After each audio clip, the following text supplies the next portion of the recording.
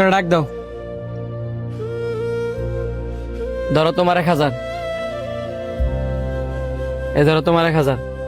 না কন্ডাক্টর সাহেব, আমার লাগতো না, আপনার কাছে রেখে দেন। আমারও শুধু 100 টাকা দিলেই হইব দুপুরে খাওয়ানোর লেগা।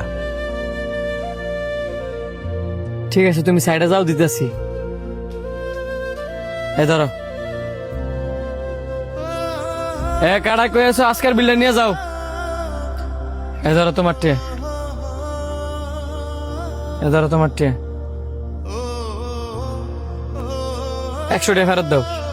না কন্ডাক্টর সাহেব, পুরোটা আপনার কাছে রেখে দেন। আমার ওই 100 টাকা দিলেই হইব দুপুরে খাইবার লেগা। প্রতিদিন 100 টাকা করে কি নাও? তোমার সপ্তাহে তোমার কাছে রেখে দাও। না না না, আপনার কাছে রেখে দেন। ফরত তো হিসাব লে ফেস লাগবো। ফেস লাগতো না, আপনি পরে হিসাব করে যা দিবেন আমি তাই নিমু। আজকে আমার কাছে বাংটি নেই। 500 টাকা নাও আর 400 টাকা ফেরত দাও। ধরো।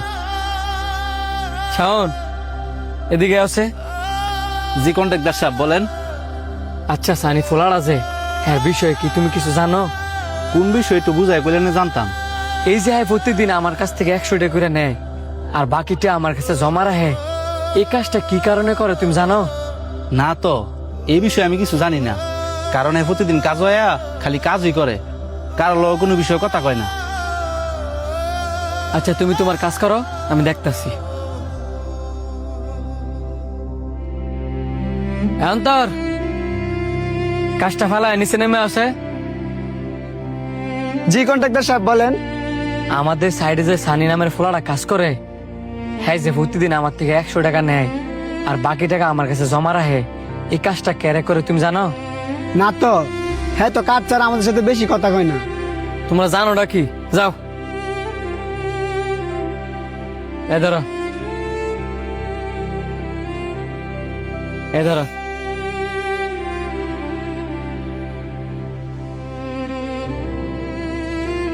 এ ধরো। না লাগতো না, আপনি প্রতিদিনের মতন আমার 100 টাকা দিলেই হইব। আরে ধরো, তোমার টের জিম্মি আমি রাখতে পারতাম না। কেরে কন্ডাক্টর সাহেব, আমি কি করছি? আরে তোমার পরিশ্রমের টিয়া আমার কাছে দিয়ে রাখবা কি লিখা? সবাই কাম শেষে টিয়া লেগে পাগল হয়ে জায়গা, আর তুমি কি না তোমার টিয়া আমার কাছে দিয়ে রাখো? আমি তোমার টিয়া রাখতে পারতাম না। আমি আজকে আছি, কালকে নাও থাকতাম পারি। মানে?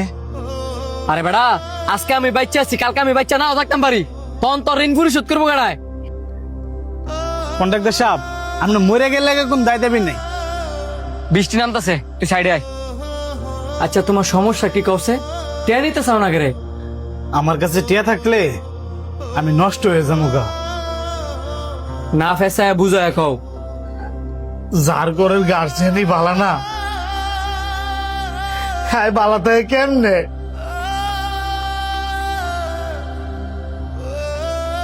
আমি শুরুতে দেখতে দেখতে বড় হয়েছি। আমার বাবে নেশা খায়, এই প্রতিদিন নেশা খাইয়া খাইয়া আইয়া আমার মার উপর অত্যাচার করে।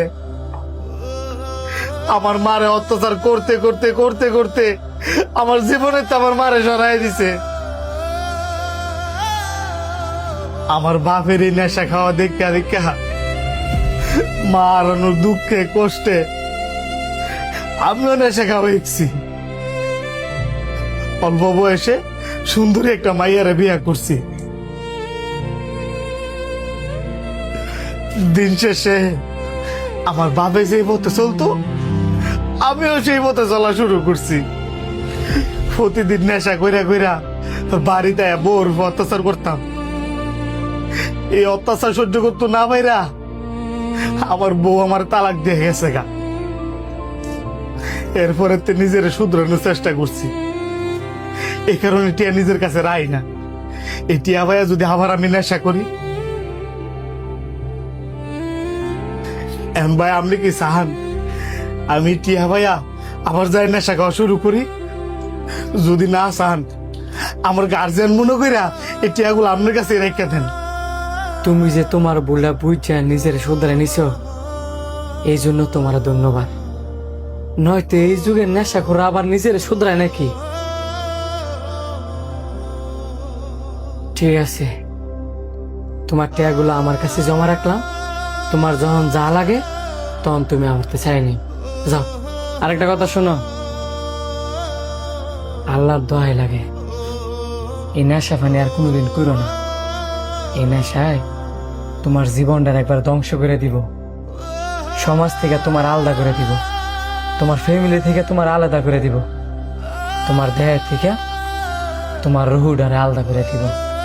যদি পারো এখন থেকে টিয়া দিয়ে ভালো কিছু খাইবা, যাতে তোমার দেহের জন্য উপকার হয়। যাও।